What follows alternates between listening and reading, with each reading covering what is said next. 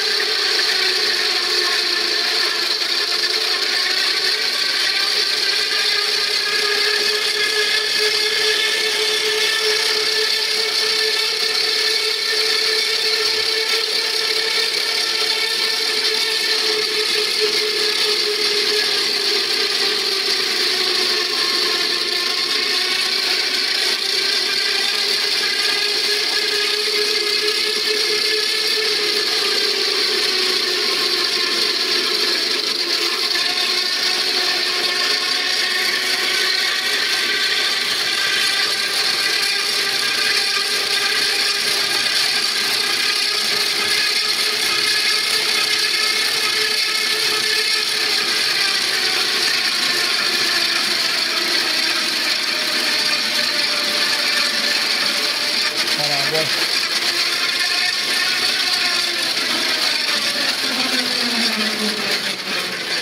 Bon, je fais les tests là de court-circuiter une phase pour voir avec un freinage qui normalement est maximal.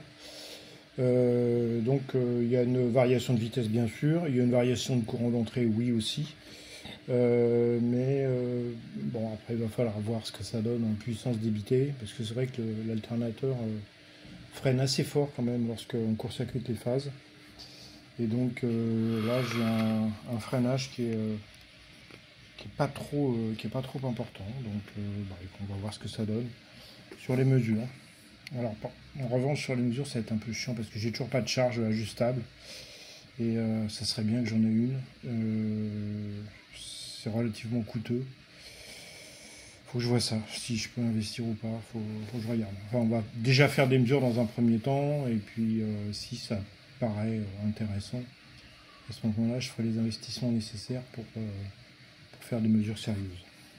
Voilà.